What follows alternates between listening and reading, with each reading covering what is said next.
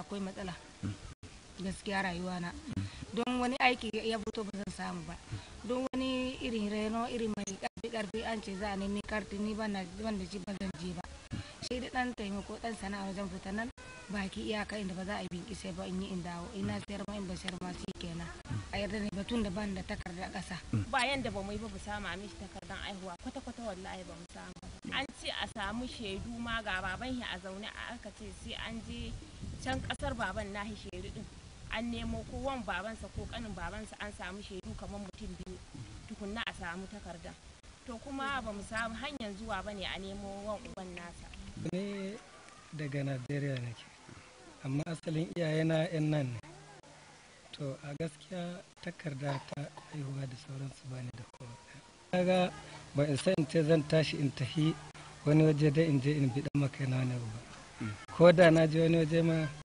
da harko abin da za a fara tambaya ta ina takardarka daga ina kake to in ba ni da ita fa kaga dole sai dai in kawai ni ba inda nake kenan. L'apatridie est la situation d'une personne qu'aucun État ne reconnaît comme étant son ressortissant en application de sa législation. La personne apatride survit sans aucun droit ou presque et sans aucune protection juridique adéquate lui permettant de mener une vie décente. Travailler, contracter, voyager ou ouvrir un compte bancaire, des actes qui paraissent naturels lui sont quasiment impossibles. Plusieurs causes justifient cette anomalie juridique et politique. On peut y citer les insuffisances des législations des États relatives à la nationalité ou des conflits entre elles, ainsi que les lacunes administratives qui compliquent ou obstruent l'accès aux pièces d'état civil. La migration des populations et la succession des États exposent également des personnes au risque d'apatridie qui touche aujourd'hui plus de 10 millions de personnes à travers le monde, dont 750 000 en Afrique de l'Ouest.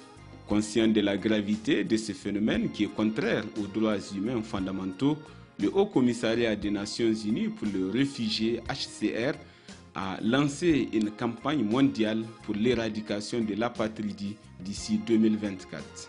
Dans ce cadre, à l'initiative conjointe de la CEDEAO et du HCR, la Côte d'Ivoire a accueilli le 25 février 2015 à Abidjan la conférence ministérielle régionale sur l'apatridie en Afrique de l'Ouest. Les 15 États membres de la CEDEAO, l'Union africaine ainsi que l'essentiel des agences du système des Nations Unies proches de la question telles que l'UNICEF et l'OIM ont pris part à cette importante rencontre. C'est là en présence d'un parterre d'invités de marque dont la représentante spéciale du secrétaire général de l'ONU en Côte d'Ivoire, Mme Aïchatou Mandaoudou. Les chefs traditionnels ont également honoré de leur présence la rencontre où ils ont prononcé une allocution qui marque leur engagement à se joindre à la campagne. Plusieurs personnalités se sont succédées à la tribune pour relever le caractère inhumain de l'apatridie et la nécessité de l'éradiquer. Ainsi, Dr Toga de la commission de la CEDEAO a évoqué l'autonomisation de la femme comme un des mécanismes permettant une réduction des cas d'apatridie. Pour Dr Mohamed Ibn Chambas, représentant spécial du secrétaire général de l'ONU en Afrique de l'Ouest, la nationalité est un droit de l'homme et mettre fin à l'apatridie permettra de créer un monde où chacun vivra dans la dignité et le respect de ses droits. L'ambassadrice de bonne volonté et honoraire à vie du HCR, Mme Barbara Hendricks, après un rappel émouvant sur les épreuves endurées par les Noirs américains de l'esclavage à la conquête des droits civiques, a plaidé pour que tous les pays acceptent que l'apatridie est une violation des droits de l'homme. Intervenant à son tour, le haut commissaire des Nations Unies pour les réfugiés, son Excellence Antonio Guterres, a rappelé quelques dispositions de la Convention de 1954 sur le statut de personnes apatrides et celle relative à la réduction des cas d'apatridie de 1961. Il a salué les efforts de la Côte d'Ivoire qui a adopté le principe déclaratif dans son code de nationalité et a accueilli la présente conférence, preuve incontestable de son leadership dans la lutte contre l'apatridie. Et l'identification des populations exposées au risque d'apatridie est donc une priorité à laquelle, j'en suis sûr, les États vont s'atteler. En Afrique de l'Ouest, la patrie a de nombreuses causes, dont la plupart sont liées à des mouvements de population, y compris de la période coloniale, à l'absence de garanties juridiques dans les lois et aux divers obstacles administratifs à l'acquisition de preuves de nationalité. Plusieurs lois sur la citoyenneté ne prévoient pas le droit pour les femmes de transmettre leur nationalité à leurs enfants ou restreignent l'accès à la nationalité en fonction de race ou d'ethnie. L'autre risque fondamental de la patrie est lié à l'enregistrement des actes d'état civil et notamment le grand nombre d'enfants nés dans la région sans accès aux actes de naissance.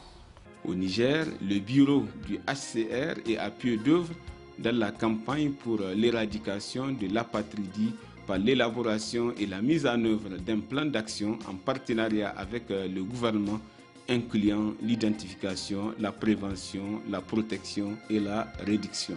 Le HCR a lancé une campagne mondiale, une campagne décennale pour éliminer l'apatridie. Et l'HCR au Niger s'inscrit dans cette campagne. On est en train d'élaborer un plan d'action national pour d'abord identifier la population déjà affectée par l'apatridie ou identifier la population menacée par l'apatridie. Et ensuite, avec les autorités, avec le gouvernement, travailler pour que cette population aura à la fin de cette intervention une nationalité reconnue. L'identification et la sensibilisation, c'est la première étape pour résoudre ce problème-là, pour que cette population aura les documents de la nationalité et que le problème de l'apatridie au Niger au moins ne se pose plus. Il y a surtout pour des populations dans les zones frontalières ce problème qu'il faut vraiment déterminer ils viennent d'où, quels sont leurs ancêtres et tout ça. Ça se fait avec les gouvernements, les autorités sur place, la chefferie traditionnelle, pour qu'on peut vraiment s'assurer que cette population fait partie des populations nigériennes. Ce plan d'action du Niger donc, se décline en 4 points. Il y a d'abord la question de l'identification. Il faut d'abord savoir où sont ces personnes avant d'en parler, parce que s'il n'y a pas de personnes ou de cas à identifier, la question ne se poserait pas. Voilà, premier point. Deuxième point, c'est la question de la prévention. La question de la prévention de l'apatridie. Donc, il s'agit de mener des activités en vue de prévoir les risques d'apatridie. Qui parle de prévention, parle évidemment de solutions, dans une certaine mesure. Dans un troisième volet, le HCR a mis un accent dans le cadre de son plan d'action sur la réduction donc, des cas d'apatridie. Et enfin, la protection de ces personnes à risque d'apatridie, parce que quand vous êtes apatride, comme vous pouvez l'imaginer, vous n'avez pas de droit. Vous êtes invisible, vous n'existez pas. En vue d'identifier les personnes à risque d'apatridie, le HCR a commandité une étude qui a relevé un fort taux de personnes à risque d'apatridie parce que ne disposant d'aucun document prouvant leur nationalité. C'est une étude qui a été demandée par le bureau du HCR à Niamey et qui concerne les populations déplacées du nord Nigeria à la suite des attaques armées que nous connaissons. Populations donc, qui sont venues s'installer dans la région de Difa, frontalière du Nigeria. Parmi les tendances fortes qui ressortent de cette étude, c'est que d'abord, il a été relevé qu'une majorité importante des populations déplacées ne disposent pas de documents d'identification. Pas de documents d'état civil, pas de documents d'identité. Et il s'agit là d'une très forte majorité. Ça, c'est la première tendance lourde qui se dégage de cette étude. Et cela a un lien avec le deuxième aspect qui est l'évaluation du risque d'apatridie. En effet, il a été relevé, à partir de cette étude, que là également, il y a très peu de personnes au sein de cette population cible qui peuvent justifier d'une nationalité d'un État donné, soit nationalité nigérienne, soit nationalité nigériane. En conséquence, il y a un grand nombre de personnes dont la nationalité se trouve indéterminée. La nationalité est le lien juridique et politique qui unit un individu à un État et les frontières matérialisent les limites géographiques entre les États. Ce qui n'est pas toujours évident dans l'esprit des populations frontalières de nos pays, aussi du fait qu'elles ont des similitudes historiques, linguistiques, culturelles et familiales. Les populations circulent et participent aux élections dans les deux pays sans considération de leur pays de rattachement respectif. Comme ici, entre Dole au Niger et Dole-Kena au Nigeria, deux villages frontaliers séparés juste par un caniveau.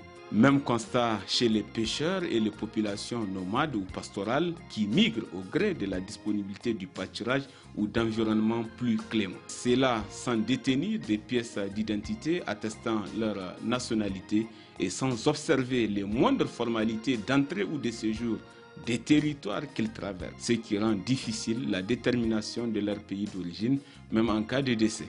Par exemple, la frontière Niger-Béninoise ici là, l'année passée, il y a eu des morts. On ne sait pas d'où ils viennent, ils sont de quel pays, parce que cela dit qu'ils ne sont pas vraiment attachés vers les pièces d'identité. Donc, chaque fois, s'il y a des problèmes, nous cherchons à les solutionner à travers la sensibilisation. Kofi Badoukro. Kofi Badoukro, c'est l'exemple le plus frappant où il y a une famille de 5 personnes.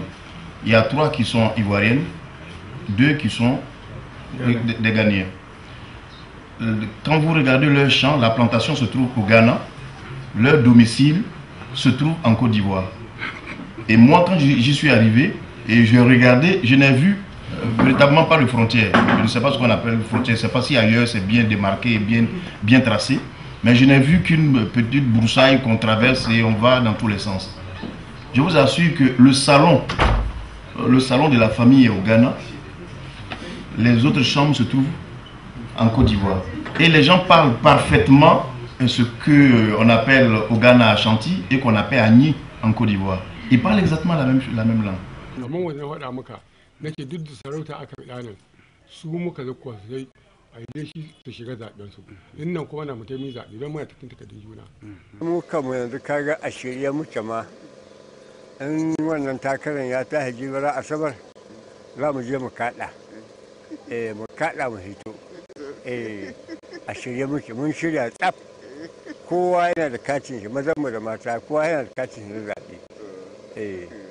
D'où l'intérêt d'aborder les questions des frontières en incluant les problèmes que pose la redéfinition de leurs limites. Maintenant, quand on revisite les frontières, on devrait repenser à la nationalité. Vous savez qu'en Afrique, il y a 200 millions de pastoralistes sur une population d'1 milliard. Donc le 5e de la population africaine est pastoraliste. Et comme vous le savez, les pastoralistes ne connaissent pas les frontières. Ils vont là où ils veulent, là où il y a des pâturages, là où il y a l'eau. Et quels sont les problèmes qui sont liés à leur mouvement, qui sont je veux dire, un mouvement naturel. Là aussi, il y a un certain nombre de problèmes. Babu baki nan wanda ya tawo zanna wanda ba mu sani ba. Mu dai wazemu cikin iddalete babu majalan wannan. Lalle talakanmu na san si na samu babu bako cikin nan. Babu. Don hillani ɗena wata majalansi kaga masu ciwo ne amma mun san su juna amma suna da wanda bai da takardar aifuwa wanda bai da takardar karti amma mun san su amma su ba a san komi in ba nan ba sai wajen ciwo. Pour le président ivoirien, son Excellence Alassane Dramane Ouattara, prononçant le discours d'ouverture de la conférence régionale sur la patrie, il faut désormais s'orienter vers une citoyenneté africaine. L'action de notre communauté régionale contre l'apatridie doit s'organiser et s'inscrire dans le cadre de l'engagement du continent africain à se doter d'instruments multilatéraux contraignants contre ces fléaux. Il a par ailleurs salué le lancement à Addis Abeba de l'étude sur la nationalité. L'action de notre communauté régionale contre l'apatridie doit s'organiser et s'inscrire dans le cadre de l'engagement du continent africain à se doter d'instruments multilatéraux contraignants contre ce fléau. J'invite la CEDEAO à prendre une part active dans les négociations portant sur l'adoption du protocole à la Charte africaine des droits de l'homme et des peuples relatif à la nationalité. Le rôle de la CEDEAO ainsi que l'action de nos États seront déterminés pour que le protocole que l'Afrique adoptera prochainement soit un texte moderne et ambitieux. C'est le lieu de saluer l'excellente étude sur la nationalité lancée en janvier dernier à Addis Abeba à l'initiative de la Commission africaine des droits de l'homme et qui servira de base aux négociations sur le protocole relatif à la nationalité. Nous projetons vers une deuxième étape qui est la rédaction d'un protocole à la Charte africaine des droits de l'homme et des peuples, un protocole sur la nationalité, qui en principe aura pour objectif d'être un document, un instrument contraignant pour les États, parce qu'une fois que ce protocole sera adopté, il sera soumis bien sûr à l'engagement définitif des États, c'est-à-dire à leur ratification. Une étude comparative des différents codes de loi sur la nationalité a été également menée en vue de rechercher une harmonisation des législations qui se distingue nettement d'un pays à un autre selon les différents systèmes juridiques inspirés du Code civil ou anglo-saxon. La nationalité dans le système du Commonwealth, c'est plus ou moins seulement auprès de l'exécutif. Les tribunaux n'ont pas un rôle de vérification de nationalité, d'octroyer les certificats de nationalité. Et pour ça, par exemple, au Nigeria, le système de nationalité est très discrétionnaire au niveau de l'exécutif. À la fin, il y a une base qui n'est pas encadrée dans une loi, c'est l'idée de certificat d'indigeneity au Nigeria, qui n'existe pas nulle part dans la loi, mais qui à la fin, c'est la fondation de la nationalité nigérienne, mais il n'y a pas de cadre juridique qui pose un grand problème. Mais ce qui est intéressant, c'est le système français de double droit du sol, c'est-à-dire un enfant né sur le sol d'un parent lui-même né sur le sol est national.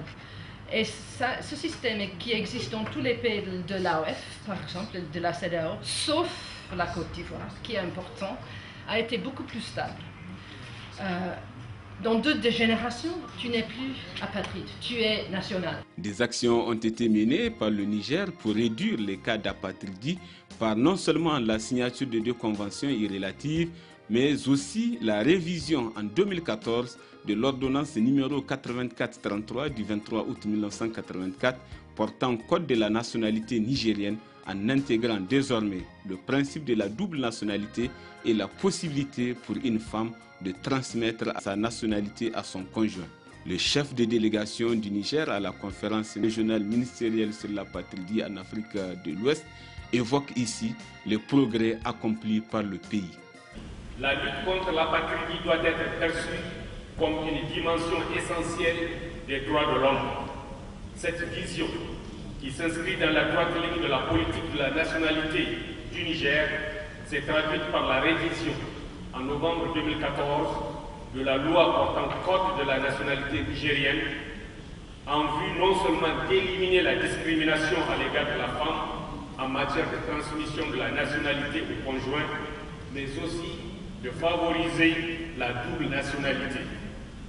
Ainsi, en plus du droit de transmettre sa nationalité à son enfant, la femme nigérienne peut, depuis novembre 2014, transmettre aussi sa nationalité à son conjoint. Par ailleurs, le Nigérien ou la Nigérienne qui acquiert volontairement une nationalité étrangère ne perd pas sa nationalité d'origine, c'est-à-dire la nationalité nigérienne. L'enregistrement des naissances constitue une préoccupation majeure de l'État du Niger qui a adopté en décembre 2007 la loi portant régime de l'État civil consacrant le caractère systématique de l'enregistrement à la naissance. Au Niger, il est fait obligation aux parents ou à toute autre personne ayant assisté à l'accouchement de déclarer l'enfant dans un délai allant de 10 à 30 jours sous peine d'amende. La loi de 2007 relative à l'état civil permet l'enregistrement de tous les événements importants de la vie, tels que les naissances, mariages et décès pour toutes les personnes vivant ou de passage au Niger. L'état civil comme système tel que défini par la politique nationale de l'état civil au Niger est repris dans la loi 2007 qui régit l'état civil au Niger et permet un large éventail de possibilités pour permettre d'enregistrer pratiquement en temps réel toutes les naissances qui interviennent, tous les décès et tous les mariages qui interviennent au Niger, et quel que soit le lieu où ça se trouve, quel que soit l'individu que ça concerne. Parce que l'état civil au Niger est universel, que ce soit pour les étrangers, que ce soit pour les Nigériens, l'état civil prend en compte les personnes, quelle qu'en soit leur nationalité. Maintenant, quitte à après, dans le cadre de l'établissement de la nationalité de la personne, continuer le processus au niveau de la justice. Mais l'état civil enregistre les naissances, quelle que soit la provenance des individus. L'essentiel, c'est que l'événement intervienne, l'événement survienne au Niger. Le HCR souhaite passer le relais aux différents acteurs pour mener des plaidoyers actifs auprès des décideurs en vue d'améliorer les législations en vigueur. À cet égard, les journalistes et communicateurs sont appelés à faire connaître le phénomène d'apatridie et contribuer à son éradication. On veut simplement passer le relais. On sensibilise les journalistes pour que les journalistes eux-mêmes sensibilisent l'opinion publique et sensibilisent les décideurs politiques. On veut que l'opinion publique prenne conscience de ce problème. On veut que les décideurs politiques prennent conscience de ce problème parce qu'ils ont entre les mains le pouvoir de changer les choses, tout simplement en modifiant leur législation et en modifiant aussi leurs pratiques administratives. L'apatridie est un problème désastreux pour ceux qui en souffrent, mais c'est un problème facile à résoudre. La commissaire aux droits de l'homme de l'Union africaine estime également qu'il faut sensibiliser l'opinion publique et les populations en allant à leur rencontre à travers l'Afrique profonde.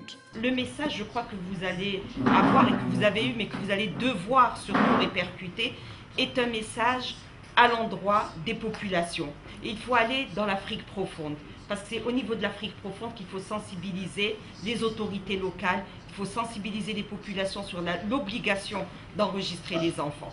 Je crois que c'est un processus qui est en marche, que nous allons accompagner, et encore une fois, je voudrais que vous nous accompagniez tous et toutes dans ce processus, parce qu'il est important de mettre en exergue ce que nous faisons au niveau de la Commission africaine, ce que fait le HCR, ce que font également les organisations de la société civile autour de la question de l'apatridie. Le réseau de communicateurs pour les droits des enfants, RECO du Niger, est disposé à accompagner les efforts du HCR dans la campagne pour l'éradication de l'apatridie.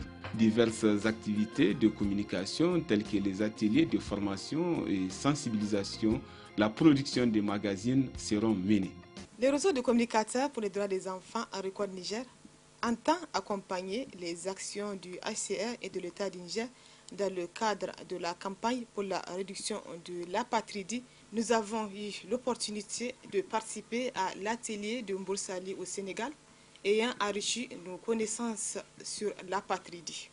Nous avons également pris part en février dernier à Abidjan, à la conférence régionale sur l'apatridie en Afrique de l'Ouest, assortie d'un plan d'action. Les activités du RECO Niger sur la réduction des cas ou risques d'apatridie s'inscrivent dans la mise en œuvre de certains aspects de ce plan d'action. Du fait que la personne à risque d'apatridie ignore souvent la gravité de la situation dans laquelle elle se trouve ou craint de se faire découvrir comme telle, doublée par la méconnaissance des voies et moyens pour en sortir, nous multiplierons des spots et séances de sensibilisation et d'animation, des émissions thématiques, des grands débats et entretiens dans les zones à fort potentiel de personnes à risque d'apatridie, surtout dans les zones frontalières. Dans ce sens, nous comptons accompagner le HCR sur tous les angles de la question. Agir sur la réduction des cas d'apatridie, c'est assurément promouvoir un droit fondamental de l'être humain. Le Record Niger soutiendra constamment ce processus d'enregistrement de tous les enfants nés au Niger. Les actions du HCR en faveur des réfugiés vivant au Niger et son engagement en faveur de l'éradication de l'apatridie sont hautement salués par les autorités politiques et administratives. Nous nous réjouissons beaucoup évidemment de cette collaboration et comme vous le savez, assez souvent avec le HCR, nous nous retrouvons ici, nous, ministère de la Justice, nous, ministère en charge également des droits de l'homme, nous nous retrouvons ici pour des échanges d'expériences et des échanges d'informations sur tous les tenants et aboutissants évidemment d'une collaboration efficace entre cette institution qu'est le HCR et notre département ministériel au nom du gouvernement nigérien. Avec le HCR, nous avons de très bonnes relations. Le HCR est notre partenaire, notre premier partenaire dans le cadre de la gestion des réfugiés et nous devons dire qu'à chaque fois que nous avons eu besoin de cette institution, elle a été toujours là. A noter que la conférence ministérielle régionale sur l'apatridie a débouché sur l'adoption de 62 recommandations visant à mettre fin à l'apatridie et d'une déclaration ministérielle en 26 points signée par les 15 États de la CEDEAO présents dans le Niger. À la cérémonie de clôture qu'il co-présidait avec Mamadou Koulibaly, ministre ivoirien de la Justice, M. Antonio Guterres a tenu à saluer le rôle déterminant que peut jouer l'Afrique de l'Ouest dans la campagne pour l'éradication de l'apatridie d'ici 2024. Il a enfin demandé aux États d'aller vers les personnes ayant besoin d'acquérir la nationalité et non attendre qu'elles viennent vers l'État. C'est finalement l'État qui doit assumer la résolution du problème de l'apatridie, mobilisant le niveau central, le niveau régional et le niveau local dans une démarche commune. Il faut que les nouvelles lois ou les lois amendées, les conventions ratifiées, il faut que tout ça puisse avoir une correspondance à un plan d'action pratique qui engage tous les niveaux des administrations, centrales, régionales et locales. Et avec cette perspective, c'est l'État qui doit aller vers les personnes qui ont besoin d'acquérir la nationalité et non en attendant qu'elles viennent vers l'État.